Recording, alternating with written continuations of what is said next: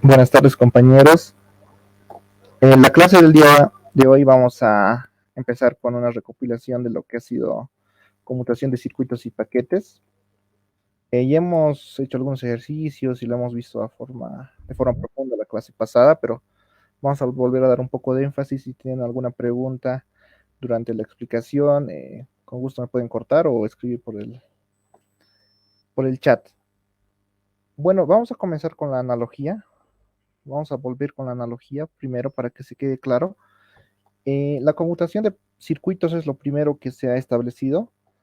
Básicamente, como les dije, comienza con Alexander Graham Bell al implementarse las redes telefónicas. Esto ya tiene mucho tiempo. Es un predecesor de lo que es la conmutación de paquetes. La conmutación de paquetes, como les dije, nació en Hawái por Abramson, y esto da el salto a la evolución de lo que conocemos hoy como la Internet. ¿Por qué estudiamos ambos y por qué la materia da énfasis en ambos? Bueno, básicamente uno para conocimiento general sobre la telecomunicación a nivel general, más que todo como historia o cultura general se puede decir, y también para entender y para poder de alguna forma sacar, digamos, problemas o un conocimiento cognitivo en lo que se refiere a la resolución de problemas en telecomunicaciones. La conmutación de circuitos, a diferencia de la conmutación de paquetes, eh, establece un canal totalmente definido entre el emisor y el receptor. Esto ya hicimos el gráfico, voy a intentar hacerlo de forma más simple y más rápida, pero básicamente es eso. Eh, Estos niveles, esta conmutación de circuitos y de paquetes también hablan, es muy importante recalcar, es simplemente para establecer la conexión entre dos puntos, ¿no? Esto hablando a nivel físico. Y al establecer la conexión, obviamente hay tres fases, se puede decir. Igual lo mencionamos la anterior. Bueno, cuando el comienzo, cuando se establece la comunicación como tal y cuando finalizas la conexión. Y mediante. Esta analogía, este modelo funciona para los dos, perdón, para la conmutación de circuitos y paquetes. Básicamente, como para que entiendan, siempre se establece una conexión, ya sea por conmutación de circuitos o paquetes. Durante la conexión, cuando estamos dentro de la conexión, ya sea circuitos o paquetes, se establece en la comunicación, ya sea, digamos, de llamada por voz, de paquetes por los routers, y hay un camino, y hay una o sea, de alguna manera se orienta todo lo que es, y al finalizar, ya sea el receptor o el emisor, cancela la conexión. Conmutación de circuitos solo utiliza un canal.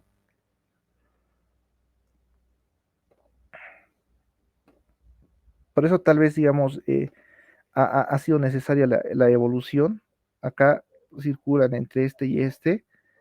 Esos son puntos o postes, se puede decir, pero la comunicación es bidireccional. Obviamente puede venir de acá a acá y de acá a acá, pero no puede este mismo nodo o este mismo receptor o nodo final establecer otra línea con esta persona o con este otro nodo. ¿Por qué? Porque el receptor o el nodo, el punto, no tiene un buffer, no tiene una capacidad, no tiene un software o algo pensante, ¿no? Una placa, un dispositivo que pueda realizar lo que es la conmutación eh, dentro de cada nodo. Esa es la gran diferencia que existe y es por eso que ha sido importante la evolución que mencionábamos con la conmutación de paquetes. El estudio de la conmutación de circuitos más que todo se divide en lo que son la multiplicación que tiene, ¿no? Ya lo vimos, la multiplicación de frecuencia, de tiempo, de onda. Esto tal vez ahorita es un poco no tan claro. Voy a volver a explicarlo con el PDF del licenciado Vargas Blacus para que tal vez se pueda entender. Básicamente la multiplicación es dividirlo, es una misma señal que viene de un nodo, un emisor, lo divide dependiendo de varios factores, ¿no? En el primero es el tiempo, en el otro es la frecuencia, en el otro es la onda, longitud de onda, etcétera. Solo es para identificar esto. ¿Por qué se hace esto? Porque el dispositivo o nodo intermedio final no tiene la capacidad que tiene un router, por ejemplo, en la conmutación de paquetes. El router tiene un buffer, ya tiene es todo tiene una arquitectura, como mencionaban, no la arquitectura von Neumann que tiene un computador, pero tiene una arquitectura especial cada dispositivo, inclusive tiene una memoria, tiene puertos, circuitos integrados lógicos dentro de ella que puede distribuir y conmutar en cada nodo. ¿Esto que nos permite? Que este nodo pueda, digamos, enviar a este a la vez y a este otro a la vez, porque tiene si se podría decir, un pensamiento, ya es una máquina, ¿no? El router ya tiene toda su programación, tiene su línea de comandos, etcétera. En cambio, en conmutación de circuitos son puntos, nodos intermedios físicos que, como bien se los dije, es más que todo para la red telefónica y como ven, funcionan con longitudes, con ondas, con frecuencias, ya esto hablando de términos físicos. Yo creo que es en esta parte de la explicación teórica y un poco lo visual que intento hacer, yo creo que no haya ninguna duda, ¿no? De parte de ustedes. Y va para pasar así al siguiente tema, digamos, a la siguiente parte de esto, que son las fórmulas, porque sí va a haber ejercicios de ambos, de conmutación de circuitos y de paquetes, pero las fórmulas van a ser de alguna forma, digamos, innecesarias si no entienden el concepto o trasfondo que tienen cada uno y obviamente las diferencias. Si alguien tiene alguna duda hasta esta parte, puede por favor comentar o escribir. Y si no, voy a continuar ya directamente a darles las fórmulas. La clase pasada y en el video está dos ejercicios que hicimos.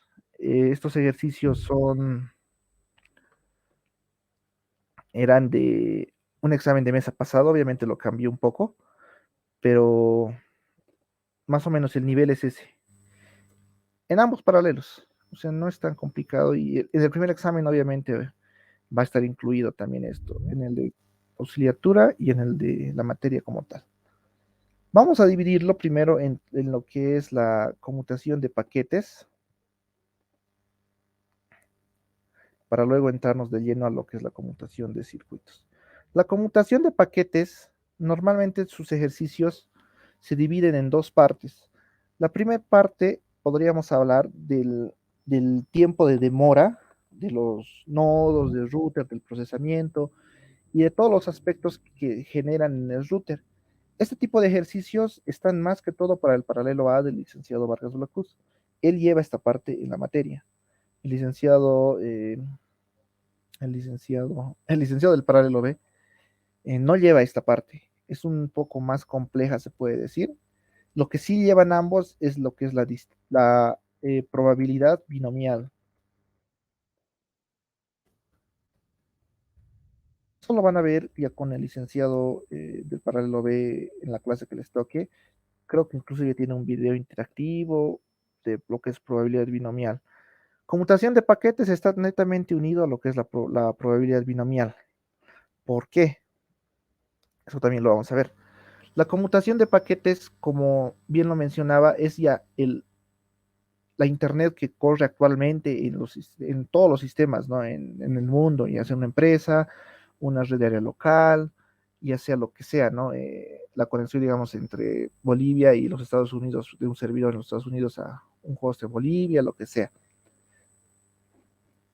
Esta probabilidad binomial ocurre cuando en, un, en una población, como lo llevamos en estadística, hay porcentajes de probabilidad de usar o no una red, o sea, de tener una red compartida. Es acá donde entra la primera fórmula, esta que vamos a ver. Los del paralelo A creo que todavía no lo vieron. Los del paralelo A sí. Esta es una B y esta es una W. Este es el ancho de banda disponible. Normalmente esto nosotros lo usamos para identificar, es como decirles el espacio total, ¿no? Que se tiene. Es el, digamos, el ancho de banda total disponible que tienen en su casa, digamos, si pagan es 2 megas, 5 megas, ustedes lo saben, ¿no? De este espacio, en una red de área local, en nuestros hogares o en un ejercicio donde sea, se puede dividir y puede haber varios o hay varios usuarios que comparten este ancho de banda. Normalmente los ejercicios de conmutación de paquetes para probar el binomial, como vimos en la anterior clase, derivan de ese tipo de problemas, de una cantidad, de una población total y de una cantidad de probable de usuarios compartiendo eh, este mismo canal de información, ¿no? Este mismo canal de velocidad, perdón, que tiene el ancho de banda total para todas las personas. No sé si me dejo entender. Y este es el tipo de ejercicio más frecuente que entra.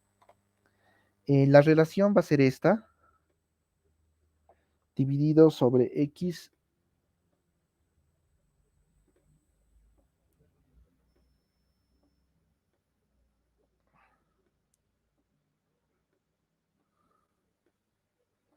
Es una K, perdón, donde x es la cantidad de asignación de los usuarios en un ejercicio.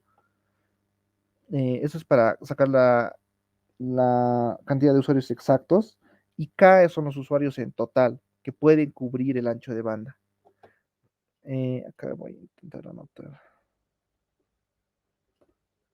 Son ejercicios más lógicos en el sentido de que en el de conmutación de circuitos, por ejemplo, son cinemáticos, como les mencioné, es física.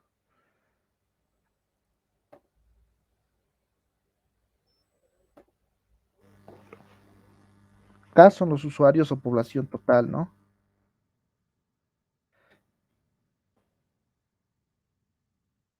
X va a ser la cantidad de usuarios asignados o los usuarios de la población.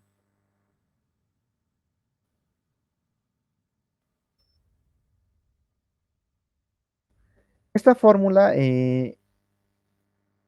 como tal parece demasiado sencilla porque con esta fórmula ya podríamos sacar la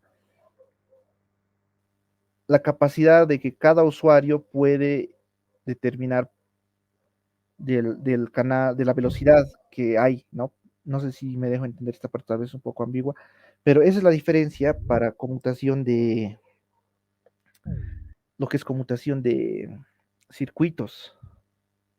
En circuitos, la distribución del canal de información va dependiendo a la cantidad de usuarios en relación a los usuarios totales. En conmutación de paquetes es todo lo contrario. No se puede saber esto porque son varios usuarios que pueden usar este canal total. Por eso usamos la probabilidad binomial. No sé si alguien tiene alguna duda respecto a a esta parte. Es muy importante. Bueno, es la parte más difícil del examen 1 de la materia. Si tienen alguna duda, pueden escribirle mediante el chat, o pueden cortarme. Auxi, esto es la conmutación de circuitos, ¿verdad? Sí, exacto. O sea, este es el ejercicio genérico, digamos. Esta fórmula es del ejercicio genérico de conmutación de paquetes o de circuitos en realidad, pero en la conmutación de paquetes no podemos hacer una división exacta porque en la conmutación de paquetes, en teoría, digamos que en nuestra casa tenemos 1 mega. En conmutación de circuitos, sabemos que una persona, digamos, puede usar, digamos, cuarto mega. Y si tenemos 1 mega y una persona puede usar cuarto mega, 4 personas pueden ocupar el canal. Acá está la relación, la división, ¿no?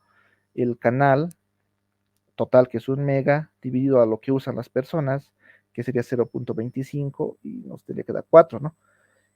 En cambio, en conmutación de paquetes, ya es porcentual porque puede usar n cantidad. Pueden compartir ese 1 meguita que tiene el canal total, pueden usarlo 20, 30, no importa a lo que les toque. Acá ya viene la probabilidad la probabilidad binomial de éxito y fracaso que viene en el ejercicio, ¿no? Qué sé yo, si puede ser una probabilidad de tiempo, qué sé yo, van a verlo en los ejercicios. Es una probabilidad porcentual. Pero sí, esta fórmula es para conmutación de circuitos, para que vean que es homóloga con la probabilidad binomial, porque siempre existe una pregunta como lo resolvimos anterior, ¿qué pasa si ahora es una conmutación de circuitos en un ejercicio que era de conmutación de paquetes?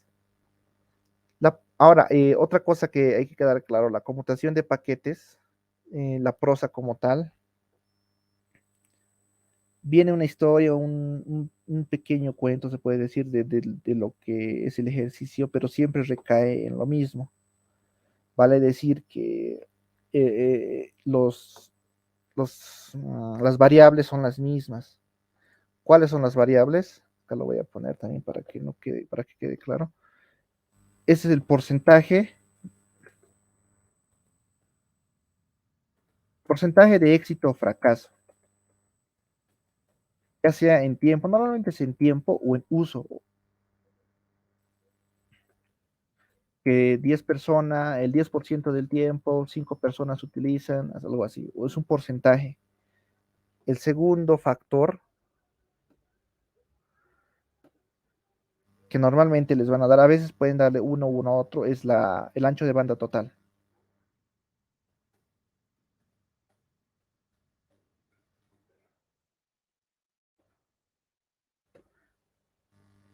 Luego el ancho de banda específico, a esto me refería. El ancho de banda específico es por usuario, que cada usuario va a usar, digamos. Hay 10% de probabilidad de que o el 10% del tiempo de que un usuario puede usar 1 mega, digamos, puede decirles, o un ancho de banda específico por usuario, pero también les van a dar un ancho de banda total, ¿no? Que toda la red dispone. ¿Cuál es la probabilidad o cuántos usuarios pueden? Cosas así. Como les digo, esta parte es estadística 1, más que todo es lógica, ya la mayoría de ustedes yo creo que van a poder resolverlo. Va a entrar en su examen, es un hecho. Es un ejercicio de conmutación de paquetes. Ahora, bueno, vamos a intentar resolver un poco, les he dado pautas de la práctica del paralelo A la clase pasada. El paralelo B creo que todavía no ha hecho esta parte, así que tal vez no me entienda muy bien. En el momento que tengan su práctica o que tengan dudas, si es la siguiente clase o la subsiguiente, con gusto me pregunten y vamos a resolver el ejercicio, les voy a dar las pautas necesarias. Eso sería en cuanto a conmutación de paquetes, es más sencillo que conmutación de circuitos en cuanto a la resolución de ejercicios matemáticos. Esta es la única fórmula lógica para hacer cambio entre conmutación de circuitos a paquetes, probabilidad binomial, repasar estadística 1. En licenciado Gallardo creo que igual les dice lo mismo, o que les da un video, no recuerdo. Y las tres variables principales, porcentajes de éxito, fracaso, perdón, aquí justo fracaso, ancho de banda total y ancho de banda específico. Banda weight es a la medida de ancho de banda total, X acá usamos los usuarios de población y K son los usuarios totales. Ahora vamos a ir a la parte más complicada, digamos, tal vez tengan más dudas ahí. Esto es un poco más raro, que es lo que son la conmutación de circuitos, los ejercicios como tal. Es acá donde ya entra lo que es la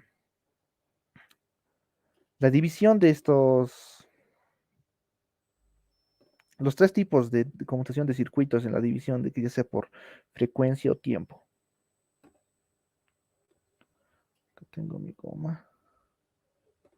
Si alguien tiene alguna duda o pregunta hasta acá, como les dije, con gusto.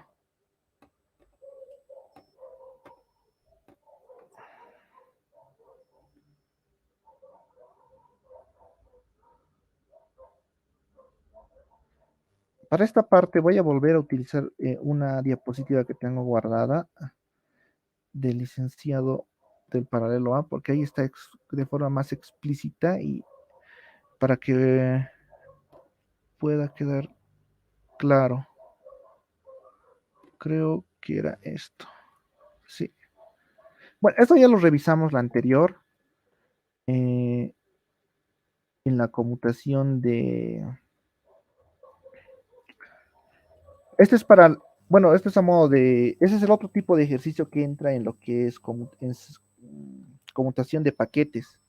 Es el retardo y tiempo de demora en lo que existen de los routers. Esto no va a entrar para el paralelo B, para el paralelo del licenciado Gallardo. Ni siquiera revisa esta parte del ejercicio, o sea, no lo lleva este tema. Para el paralelo A sí. Esto lo expliqué en la clase pasada. Voy a hacer un breve repaso a modo de teoría general para todos.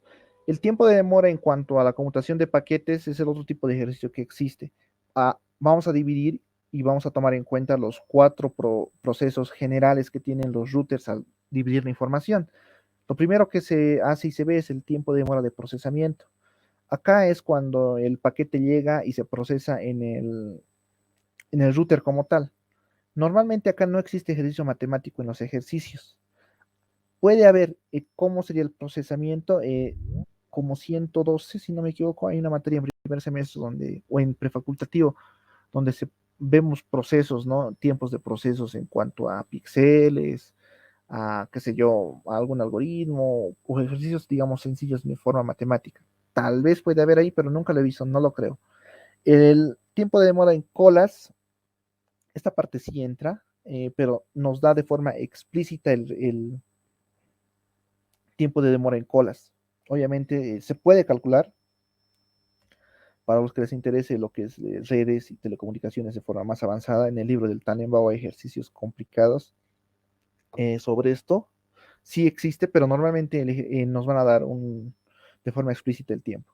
La demora de transmisión es la parte importante. Esto sí llevamos en ambos paralelos. Es la relación de la longitud sobre la velocidad que tiene, ¿no?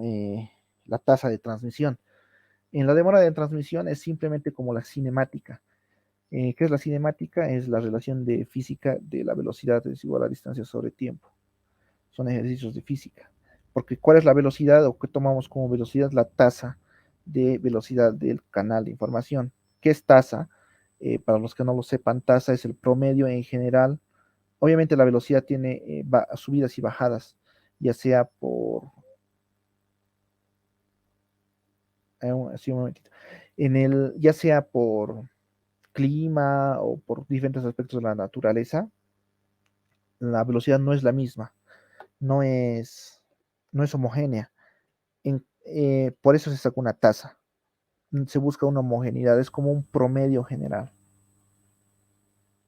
El otro tipo de demora en la propagación, esta es la demora física que existe entre un router a otro router.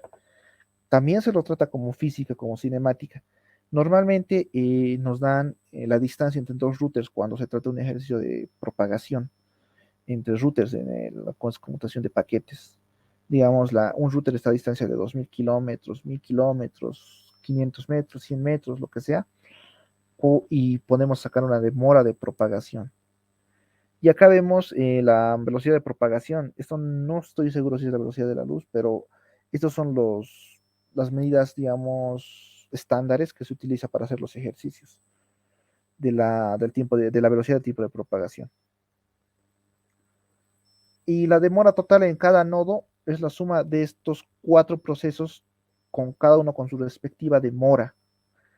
Como podemos ver acá, la propagación es todo lo que tarda en venir de aquí a allá, que es ya por la velocidad física del cable y la distancia en términos de metro, o sea, en términos de magnitud física. El procesamiento que hay en el mismo router, esto como les dije es un ejercicio más que todo como 112 creo que es, ¿no? Organización de computadoras, ya sea del procesamiento de, qué sé yo, de bits, de datos, de algoritmos, de lo que sea, y la transmisión que existe eh, a, de la tasa de transferencia del dato como tal, ¿no? Si alguien tiene alguna duda en respecto a esto,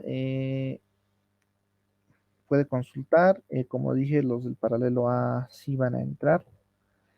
Sí entra esta parte, si no me equivoco. Bueno, está en la práctica, en la que vimos la anterior. Tal vez entre en su examen. Ese es otro tipo de ejercicios igual. Ese es del paralelo A un poco más complejos. No entra en el del paralelo B. La conmutación de circuitos. Acá está la parte importante y la que quería usar esta diapositiva para explicarles. ¿Qué es la multiplexación? Ya, bueno, lo hablamos recurrentemente. Es como 142 al hacer cuando teníamos los microcircuitos y cuando hay un tema de multiplexación. Cuando la información llega por un canal, eh, por un único canal, y de alguna forma hay que dividir esta información bajo diferentes parámetros que el programador o el autor o el que realiza el sistema o el cableado los tiene. Por ejemplo, eh, el más frecuente es la multiplicación por división de tiempo. ¿Qué es lo que se ha hecho en la conmutación de circuitos para poder manejar toda esta información? Porque como ustedes se darán cuenta, en el ejemplo anterior, puse los nodos, ¿no? Y que entre una persona A una persona B usan ese poste de luz, digamos, y el otro poste de luz y continúa por el mismo recorrido. ¿Qué pasa si otra persona quiere usar el mismo cable? En teoría no podría, pero ¿cómo se soluciona este problema con la multiplicación? Que se divida por frecuencia, por tiempo, por división de longitud de onda, que puedan compartir de alguna forma el canal. Eh, el canal, no el ancho de banda. También hay una gran diferencia en eso. Esa sería la multiplicación y el por qué existe. Ahora, a términos físicos, no lo vamos a llevar en ninguno de los dos paralelos, no se va a hacer preguntas o más que todo conceptuales, yo creo, sobre este tema. Acá ya, por ejemplo, él eh, intenta explicar de alguna forma cómo los canales pueden dividirse y subdividirse y luego volver a unirse en un solo canal. Como les dije, esto es 142, dependiendo al programa y al parámetro que ponga el que crea el microcircuito. La multiplicación por división de frecuencia es lo que normalmente vamos a ver, y la por división de tiempo en los ejercicios. La anterior clase realicé un ejercicio con multiplicación por división de tiempo, donde nos hablaban de ranuras, si no me equivoco. Es en el video pasado la resolución de todo el ejercicio, y donde eh, nos dan una pauta inicial de cómo va a ser la multiplicación. Y acá es donde entra la parte importante. Acá les voy a dar la otra fórmula cuando hace un ejercicio de multiplicación. En cuanto a la pregunta del compañero, en el examen de ambos paralelos va a ser el mismo o similar. Yo voy a intentar que no sea tan complejo, va a ser más que todo homogéneo para ambos. Pero sí van a entrar en ejercicios de conmutación, obviamente, porque es la parte más importante del primer parcial. De conmutación de circuitos y de paquetes de uno. Bueno, de ambos va a entrar en realidad. Ahora veremos cuál. Igual va a ser en sus exámenes. Esta es la fórmula que les va a solucionar el problema. Cuando la multiplexación de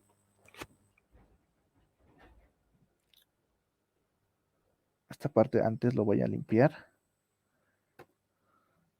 porque esto es de paquetes.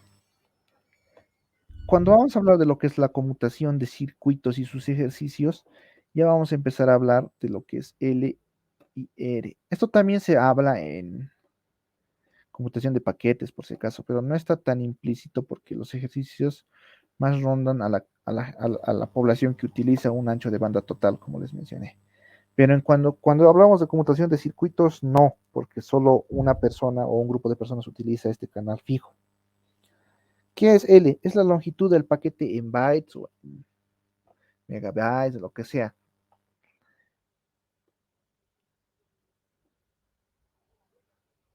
Perdón, acá lo voy a poner para que sea más rápido y directo. Es la longitud. Mm, la longitud de información para que no se... No, bueno, se le pone longitud de paquetes porque es el dato, la información que se lleva como tal, pero esto es solo para conmutación de circuitos. Bueno, la longitud y el R, como les mencionaba, y lo vuelvo a reiterar, es la tasa con S por si acaso, porque estamos hablando del promedio, es la tasa de transmisión. Y acá es lo mismo, ¿no?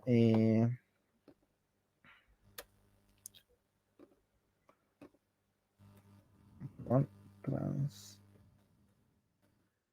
Lo mismo, es una relación de cinemática, una relación de física común, donde L es la distancia, la longitud, y R es la velocidad.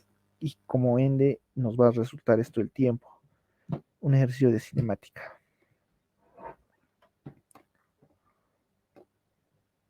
Tiempo es igual a distancia sobre velocidad.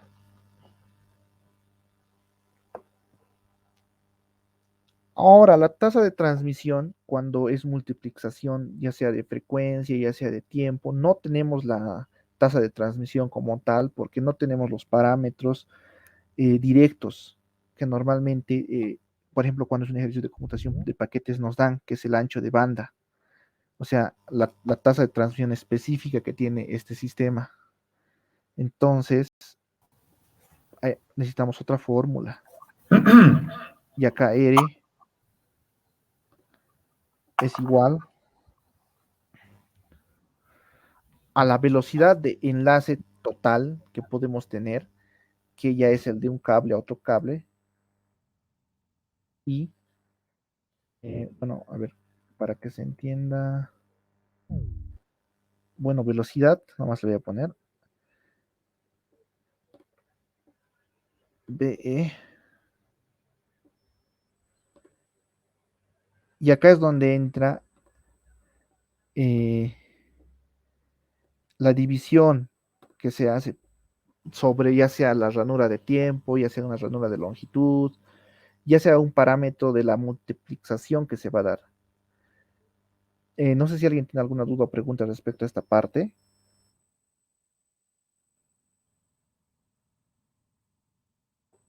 Como les digo, los ejercicios son los mismos, es básicamente lo mismo, solo que la mayoría de nosotros, o por lo menos yo cuando estaba en la materia me confundía y esta era una de las partes más oscuras, se puede decir, donde no se podía llegar a entender o de dónde sale la multiplicación y por ejemplo te dicen un canal de velocidad tiene a 1000 bits o megabits donde las ranuras de tiempo o la delimitación de onda es de 3 o se delimita cada 3 ondas. No sé si alguien tiene alguna duda o pregunta respecto a esta parte. Es bastante intuitivo. Acá, por ejemplo, entran número de algo, ¿no? Número de ranuras, número de tamaños de onda o número de ondas, lo que el ejercicio les diga para la tasa de transmisión, porque la tasa de transmisión no es homogénea, o sea, no es la misma, va variando dependiendo a lo que nosotros lo hayamos programado, ¿no? O sea, en la conmutación de circuitos o lo que esté programado ya en el circuito como tal, si es por división de tiempo, por frecuencia, longitud de onda, etcétera.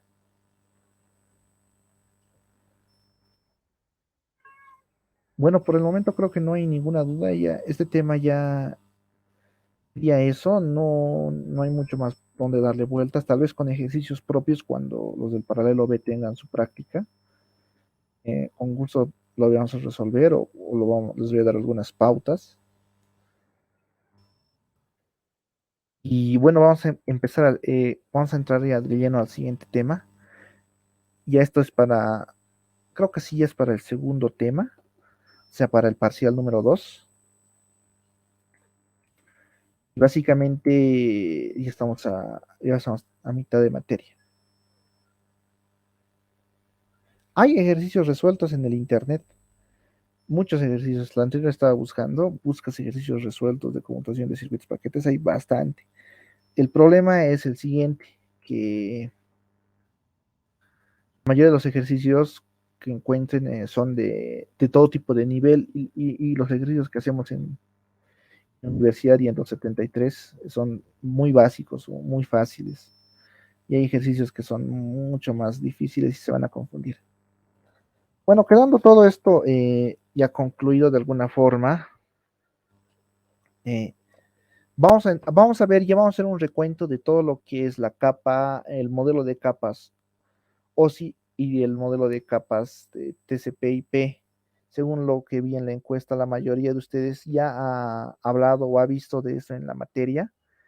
Y bueno, voy a intentar explicarlo de forma más didáctica. Bueno, aparte de eso ya hemos hablado en cuanto a historia de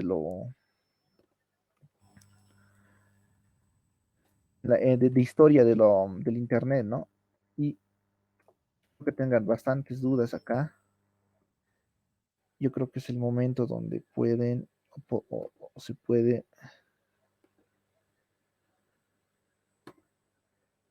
solventar eso.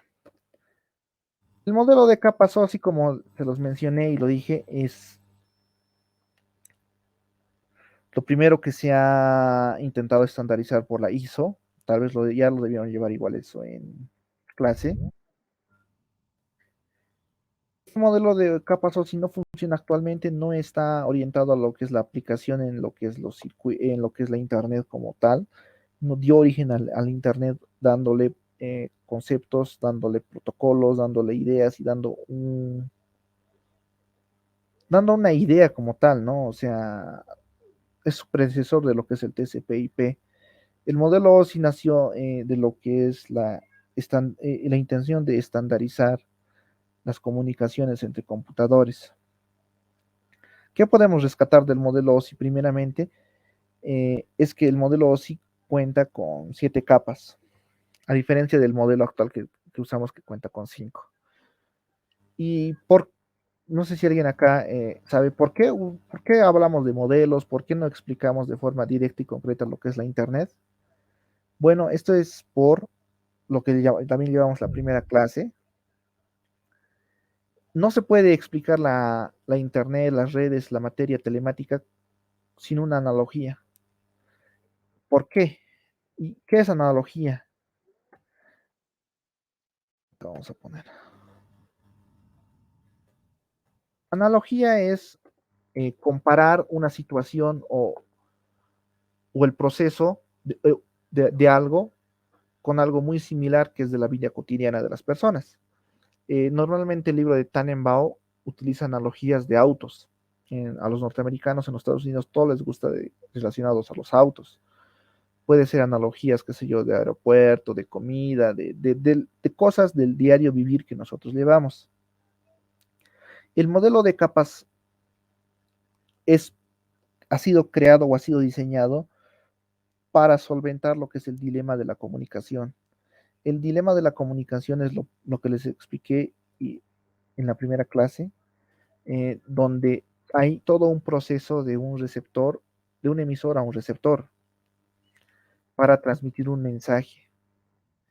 Esto es porque para transmitir un mensaje y que llegue intacto o sea el mismo en el otro punto, tiene que pasar una serie de cosas y una serie de protocolos para no fallar y no y bueno, y tener la certeza de que esto va a ocurrir. Y el modelo de capas OSI como tal y el modelo de capas en Internet usa lo que es el divides y vencerás y va subdividiendo cada una de las fases y cada uno de los aspectos en los que va a trabajar. A simple vista vemos la capa física, la capa de enlace de datos, la capa de red y demás. Nosotros, o hasta este punto de la materia, la mayoría de ustedes, contando INF 273 y LAB 273, ya hemos visto todo esto.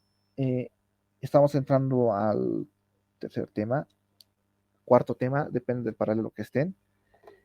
Y en teoría ya tendrían que saber eso. ¿Por qué? Porque la materia está diseñada, laboratorio en especial, para que, por ejemplo, ya puedan establecer un servidor, ya sea en Apache, o en lo que hagan, ¿no? O en Node, lo que sea. Ahora se supone que todos saben, ¿no? Pero yo he cursado la materia en la universidad y la maestra, como la maestra, sé que hay muchas dudas y muchos aspectos que no hemos llevado. La capa física no le hemos dado tanto énfasis más que en el capítulo de medios de transmisión. En la capa física, más que todo, habla de señalización y transmisión binaria de los datos como tal, ceros y unos. ¿Qué es 0 y 1? Es voltaje. El voltaje es 0.9, si no me equivoco, no, o 1, de 1, 1.2. No recuerdo muy bien en la computadora la cantidad de voltaje, pero esto depende del medio de transmisión en el que llevemos ¿no? cableado, ya sea cableado o ya no, ya es inalámbrico. No hay que dar mucho énfasis en esta parte, como les digo, muere en el capítulo de medios de transmisión. Ahora, ¿qué es lo que sí vamos a darle énfasis acá? Acá viene el primer problema en la capa física. En la capa física ya puede haber lo que son incidentes en cuanto al dilema de la comunicación, ya puede haber pérdida de datos, ya hay problemas acá al comenzar. Y al hablar de capa física me refiero a la conexión como tal. Y por ejemplo, cuando les hablaba del router con un servidor en varios routers, que es lo que componen un rack en la mayoría de empresas más grandes, les mencionaba que un cable de cobre UTP común causa un campo electromagnético al espectro magnético generando de su cable. Por eso existe el UTP-STP con un que lo delimita. Es más costoso, pero tiene una cubierta. Es por esto, porque aquí ya existe problemas de pérdida de paquetes o pérdida de información como tal. Acá no vamos a llevarlo nosotros como tal, pero ya existe un protocolos que se encargan de esto en cuanto a pérdida. Eso lo vamos a entender con Wireshark eh, y lo vamos a entender en clases posteriores, pero no a detalle, solo a simple vista, más que todo para curiosidad de ustedes. Ya existe, pero no lo vamos a llevar a detalle. En la capa de enlace de datos ya es donde nos vamos a entrar más. En la capa física nos encontramos, no, más que todo, para que me entiendan, estamos hablando de la transmisión, del cableado, digamos, o de lo que es inalámbrico, de la tarjeta de red, digamos, de la NIC, ¿no ve? Eh, en la capa de enlace de datos ya es la información dentro de los dispositivos. ¿Cuáles son los dispositivos? Obviamente nuestro host final, nuestra computadora, nuestro celular, pero acá ya entra lo que es el switch. El switch es un dispositivo de red que solo trabaja a nivel capa 2. Te voy a dejar cuadrado.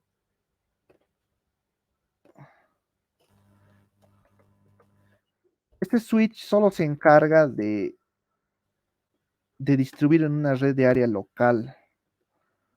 Y acá en la capa de enlace de datos ya tiene sus protocolos propios de trabajo en cuanto a pérdida de información. Acá, por ejemplo, hay lo que es el CRC, si no me equivoco, y algunos otros protocolos en cuanto a la pérdida de información en capa física. En la capa física, al llegar al computador o al llegar a un switch, todavía no estamos hablando de routers, por si acaso valga la redundancia, solo se menciona el switch porque el router es capa 3. Ya existen protocolos en los que nos permite trabajar y saber qué pérdida ha habido.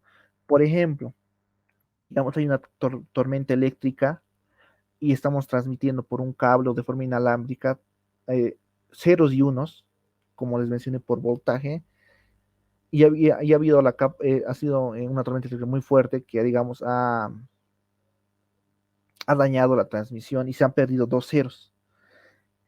Ya la información se ha dañado, ya no llega de la misma forma de un emisor a un receptor. Es acá en la capa de enlaces y datos y física, al medio es el protocolo, que es el CRS o CRC, no recuerdo muy bien, pero ya hace un control. No lo vamos a ver, esto sí está en Wireshark, eso es muy profundo ver este tipo de cosas, pero ya existe comprobaciones de errores a este nivel de capas. El enlace de datos, como les dije, más que todo es del switch, es el protocolo ARP.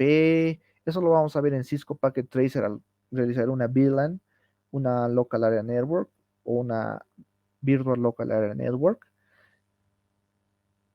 Y más que todo se trabaja con host y switch. Para que me entiendan simplemente eso. Acá el protocolo a destacar va a ser el ARP.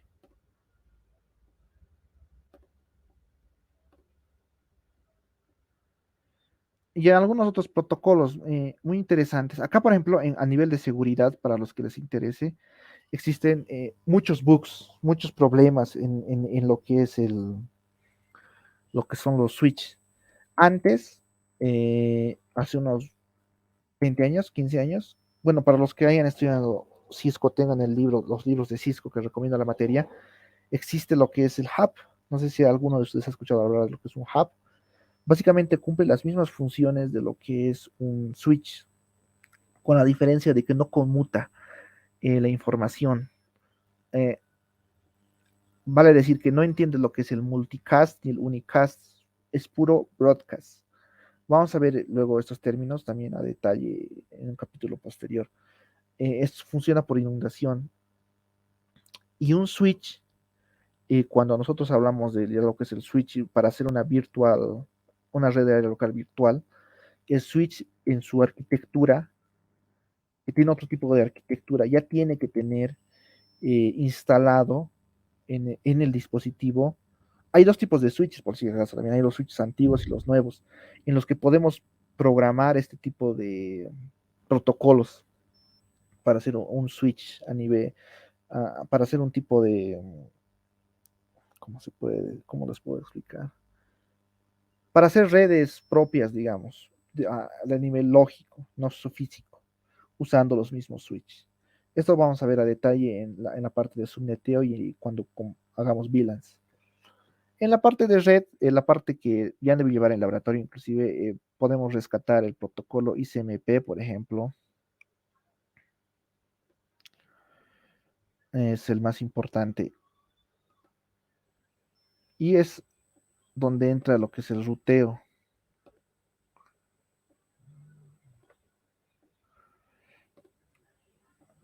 Los que están en el laboratorio 273 han debido chocar con este protocolo, los que han hecho Wireshark, los que han hecho, qué sé yo, bueno, no sé en qué temas. Bueno, los que han hecho IP tables. Hay laboratorios donde tienen que hacer análisis de la información. Esa parte, por ejemplo, no van a entender nada, digamos, si no saben el modelo de capa SOSI. Bueno, es más, creo que hoy día vamos a hacer Wireshark, les voy a mostrar a detalle qué es lo que tendrían que saber y cómo pueden ir aprendiendo. Pero el protocolo ICMP en cuanto a la parte de redes, lo más importante. Al verificar, ahora nosotros no solo somos usuarios, no solo vamos a verificar, vamos a crear redes. Ustedes se van a salir con la capacidad de poder establecer un internet, como dicen en chiste, pero vamos a hacer una LAN, vamos a hacer una VLAN. Inclusive vamos a aprender dos tipos de subneteo. En ese tema van a entender a detalle. Pero para lo que es la parte de red, vamos a hacer RIP, muy importante, el más básico. OSPF, vamos a usar ese protocolo también. Perdón. Estos son protocolos de enrutamiento. Eso luego en el tema, cuando lleguemos al tema detalle les voy a explicar. Vamos a llevar RIP versión 1. Los switch antiguos solo pueden soportar el protocolo switch versión 1. Los switch más modernos sí pueden soportar el protocolo RIP versión 2. El protocolo RIP versión 2 ha sido mejorado para establecer VLANs. Vamos a hacerlo en Cisco Packet Tracer. No, bueno, sí lo vamos a hacer conmigo a modo de refresca de teoría, pero en el laboratorio creo que lo van a hacer más antes. Vamos a utilizar el protocolo OSPF, vamos a utilizar el el BGP más si no me equivoco. Yo creo que con esos tres protocolos en cuanto a enrutamiento vamos a ver. ¿Por qué existen varios protocolos? Se preguntarán, porque para hacer el ruteo y para establecer la lógica y la noción del ruteo, utilizamos algoritmos de enruteamiento, otro tema importante de nuestra materia. Hay tres tipos. Lo vamos a ver igual a detalle, eso va a entrar en el segundo examen, si no me equivoco, sí, en el segundo examen, subneteo y los algoritmos de enrutamiento. Y vamos a ver por qué se dividen en varios protocolos. Eso es lo rescatante de la capa 3. Y acá entra otro nuevo dispositivo, el más importante, ¿no? Que es el router, que todos tienen en sus casas. El router no trabaja capa 2, solo trabaja capa 3. En la parte número 4 está la parte más importante para los que se quieren dedicar a lo que es el desarrollo, frontend y backend, lo que ahora está de moda, desarrollo web, servidores y etcétera. Acá es donde entran los servidores también. La capa de transporte, hay varios protocolos. Los más los que más se utilizan. El protocolo TCP y el protocolo UDP.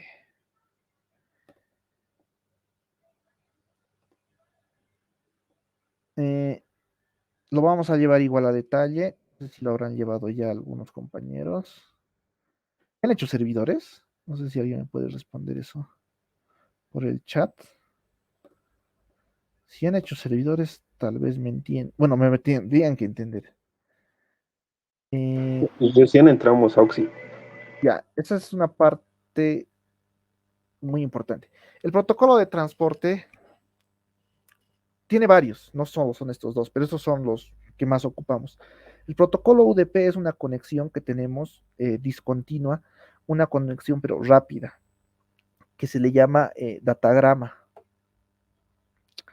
Acá, eso también cabe recalcar, acá le llamamos bits, acá le llamamos tramas, acá le llamamos paquetes ya, a partir de la capa 3.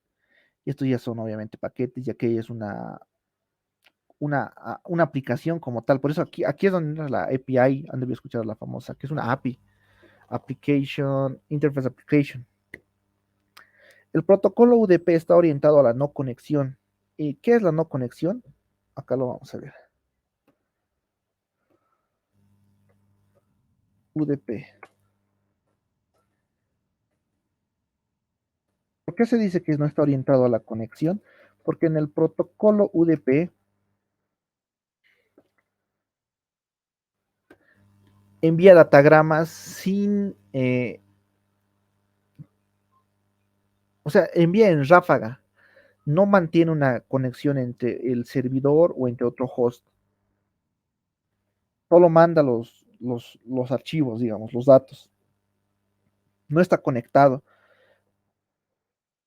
Por el contrario, el protocolo TCP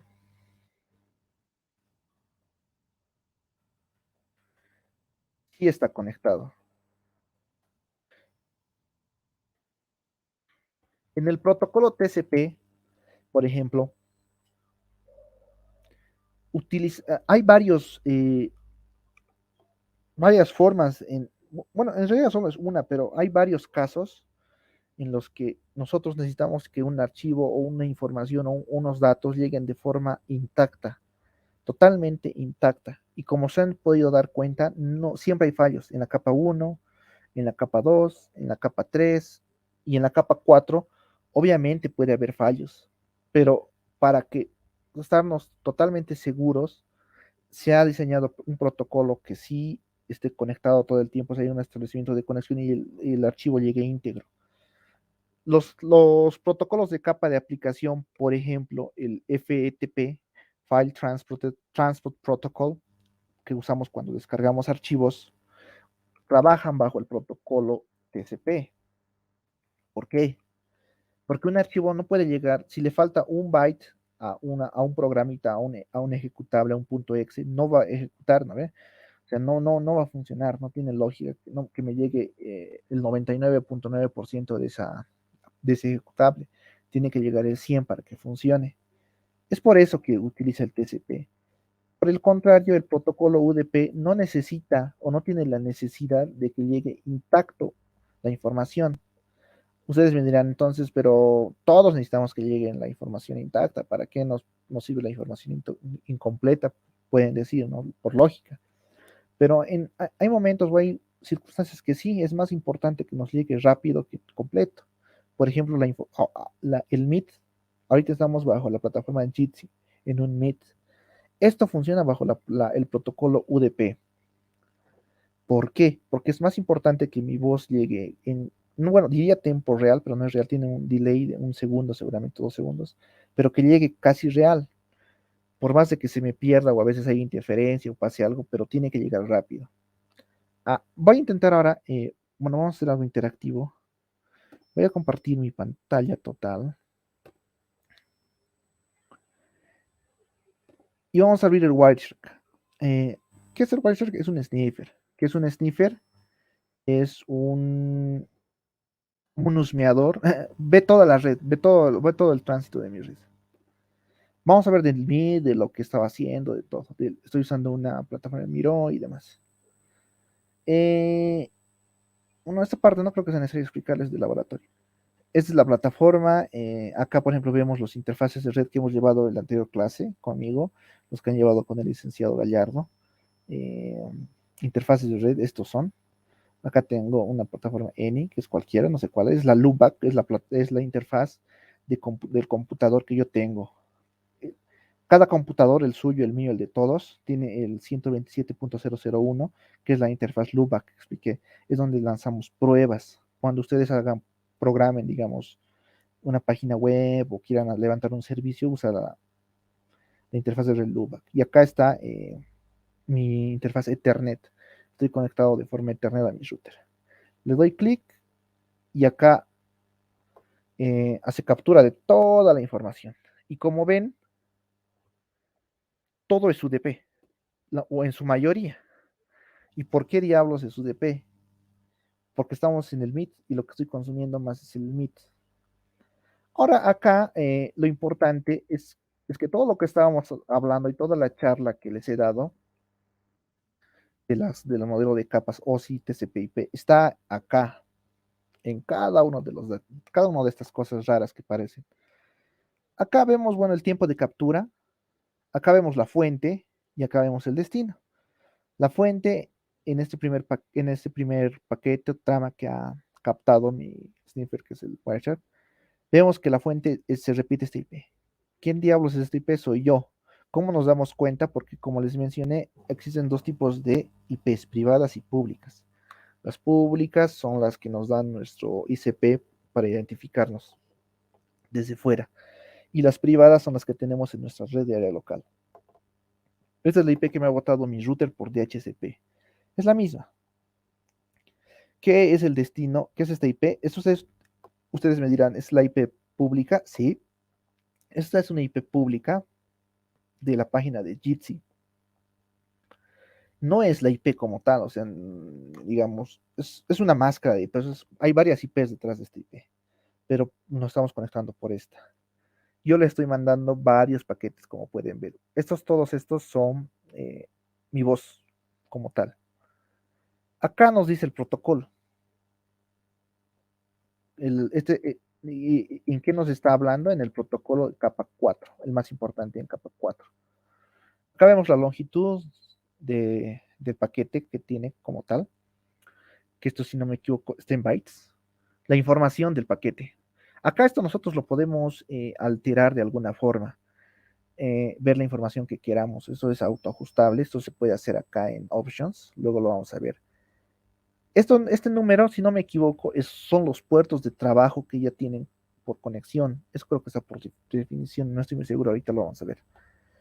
Creo que son los puertos. Y aquí está la longitud sin la cabecera. ¿Qué es frame? Es la trama. Esto es a nivel de capa 2. Lo vamos a interpretar. A nivel de capa 2 tiene 152 bytes en el cable. Y el total nos dice que es de 1216 bytes. 152 bytes capturados en la interfaz cableada de Ethernet que tengo. El ID es 0. Acá vemos que está encapsulado, o es el tipo de encapsulamiento es Ethernet, porque tengo un cable de cobre UTP directamente conectado a mi router. Aquí está el tiempo en el de llegada, el time, digamos, es la fecha como tal. Las épocas es la cantidad de tiempo que da vueltas. No sé si me dejo entender. Bueno, cuando veamos la parte del acknowledgement, del ACK y del saludo a 3 pasos, en cuanto al protocolo TCP van a entender, pero es la cantidad de vueltas que da este es por si acaso solo mi router y mi computadora, no es entre ninguna página ni nada, es entre router y computadora. Vemos que es el frame número 1, es la trama número 1. Frame, como les mencioné, es en español trama, es la capa de enlace de datos. Lo he descomprimido para intentar. La longitud del frame, ya nos mencionaban antes, 152 bytes. 1216 bits de reservados para la capa para la cabecera. La longitud capturada no se ha perdido nada, ha llegado intacto. El frame está marcado, lo opuesto. Estos son flags, ¿Qué es un flag? En español bandera. Esto está, por ejemplo, explícito dentro de la cabecera. Lo vamos a ver cuando llevemos una, es una hojita, es como una hojita, lo vamos a ver como para que me entiendan la cabecera. Luego lo vamos a ver en internet. Pero dice que es falso, el frame no ha sido ignorado. ¿Por qué podemos ignorar un frame? Se preguntan ustedes. Se ignora. Por ejemplo, eso lo vamos a dibujar al hacer el modelo TCP. Digamos, hemos perdido, son 3 paquetes, 1, 2 y 3. Se pierde el paquete número 2 y mi router me tiene que reenviar el número 2. Y digamos, está lento mi router o el internet y me va a reenviar 2 veces el número 2 y tengo que, digamos, de alguna forma ignorar algunos paquetes que son duplicados. Acá nos dice